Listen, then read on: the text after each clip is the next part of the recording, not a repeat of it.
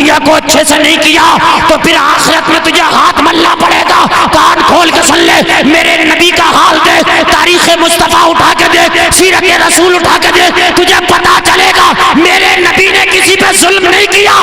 پوری دنیا میں جو اسلام پھیلا نبی کے میٹھے اخلاق سے پھیلا. بے شک سبحان اللہ. مکہ والوں نے نبی پہ اتنا ظلم کیا, اتنے پتھر مارے کہ میرے نبی کو مکہ چھوڑنے پہ مجبور کر دیا. میرے نبی نے مکہ چھوڑا, آپ کو پتا ہوگا.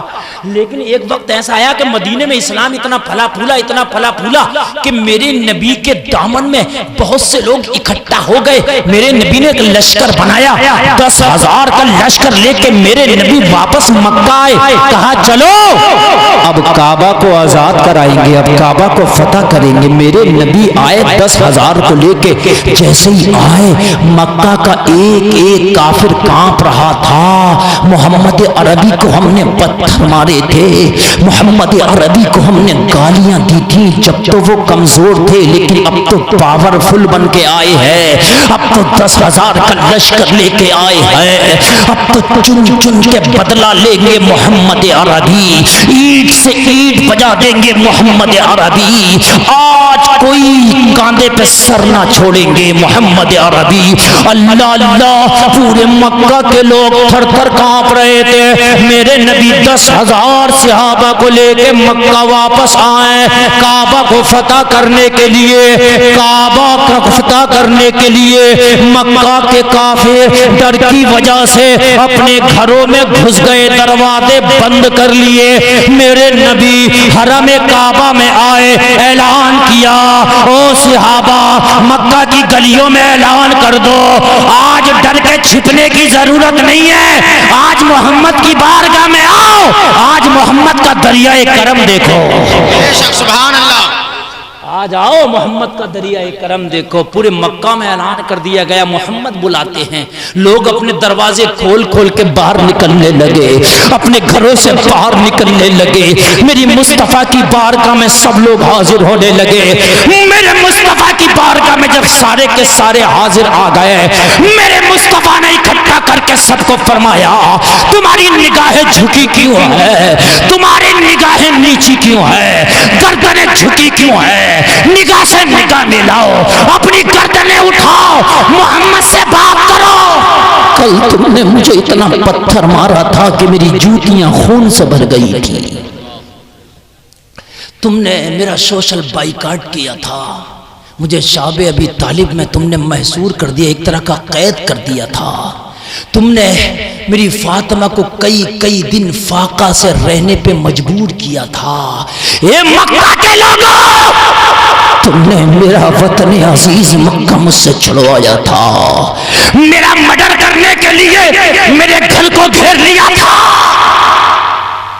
آج میں پاور میں ہوں. اللہ اللہ مجھے بتاؤ, جب پاور میں آتا ہے تو دادا کا بدلہ پوتا لیتا ہے. بھائیو ایسا تم نے دیکھا ہوگا, مگر اسلام کا مزاج دوسرا. میرے دوستو, اپنے دلوں میں اگر کسی تیرے بھائی سے کوئی معاملہ ہو گیا تو لمبا مت چلایا کر, اسے درگزر کر دیا کر. یہ میرے مصطفیٰ کی سنت ہے. میرے نبی نے فرمایا, آج نگاہیں جھکی, نگاہ اٹھا کے بات کرا. کہا محمد عربی شرم سے نگاہیں نہیں اٹھتی, شرم کی وجہ سے چہرہ نہیں اٹھتا.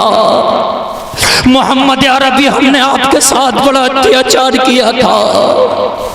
کبھی آپ کے پتھر مارتے تھے, کبھی آپ نماز پڑھتے تو اونٹ کی اوجڑی آپ کے اوپر لا کر ڈالتے تھے, کبھی آپ کا مرڈر کرنے کے لیے آپ کے گھر کو گھیر لیتے تھے, آپ کے کھانے میں زہر ہم نے ملایا, آپ کو گالیاں ہم نے بکی. کون سا ایسا ظلم تھا؟ میرے مصطفیٰ کی ساری دنیا دشمن سب پتھر مار رہے ہیں, نبی کا جینا دشوار کر دیا مکہ میں.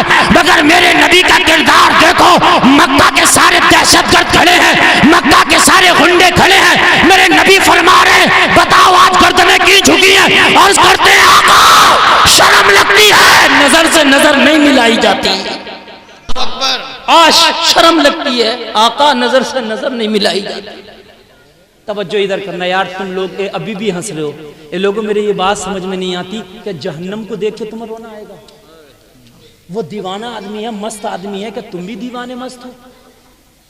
یار عجیب معاملہ ہے، قہقہے لگانے کی تقریر ہو رہی ہے یہ، آپ قہقہہ لگانے لگتے تو ساری میری محنت پہ پانی پھیر دیتے ہو۔ میں کردار مصطفیٰ پیش کر رہا ہوں، مکہ کے سارے اتیاچاری کھڑے، نگاہیں جھکی ہیں، آج نگاہ ملانے کی طاقت نہیں ہے۔ نبی نے فرمایا نگاہ کیوں نہیں ملاتے؟ آقا شرم آتی ہے۔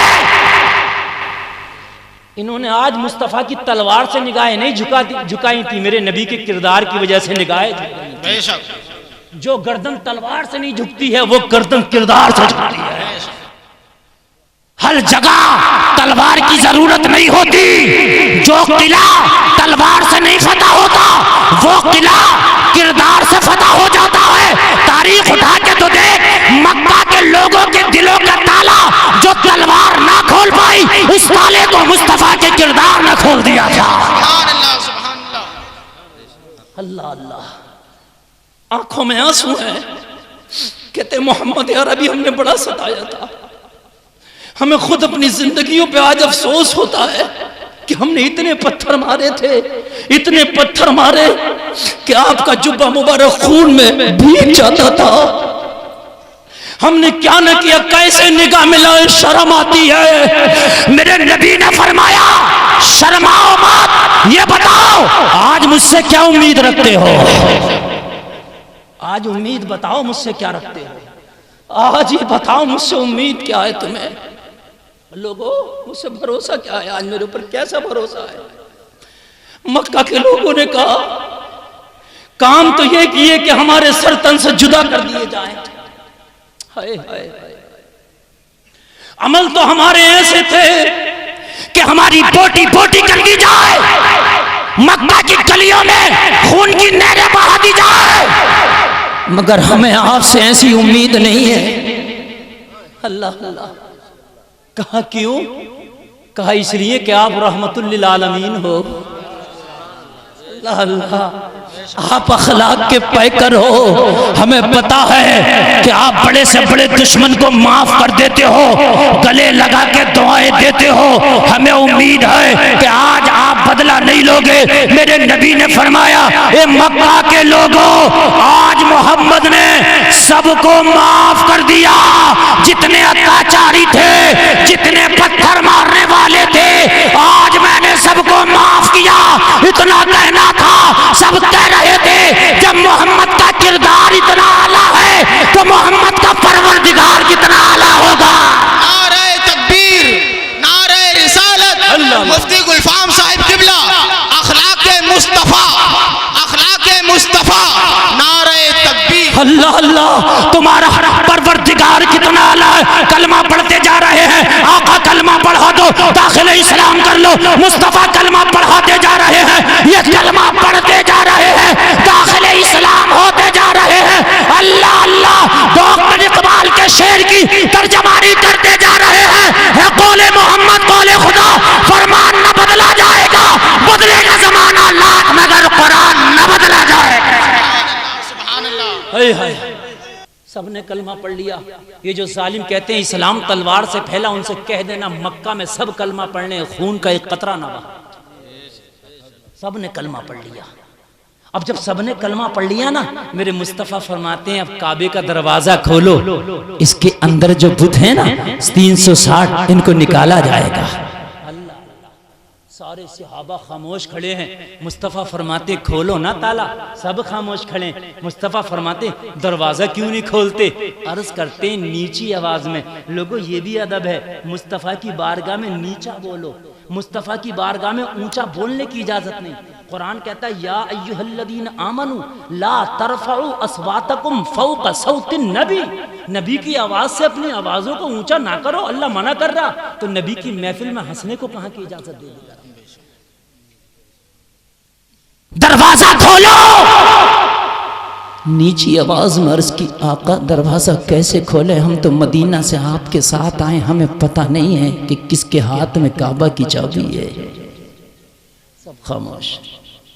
نبی نے فرمایا بتاتے کیوں نہیں؟ سب خاموش۔ آقا ہمیں نہیں پتہ کس کے پاس چابی ہے، آقا کہاں سے دروازہ کھولے؟ اللہ اللہ، سب خاموش۔ اے عالیہ گنج میں بیٹھ کے جلسہ سننے والوں، اپنی قسمت پہ ناز کرو، تم یہاں خالی ہی نہیں بیٹھے ہو، میرا ایمان ہے کہ تم بیٹھے ہو، مدینے والا دیکھ رہا ہے۔ بے شک نبی نے فرمایا میرے صحابہ، کعبہ کی چابی کا تمہیں پتہ نہیں، مجھ محمد کو پتہ ہے۔ سبحان اللہ۔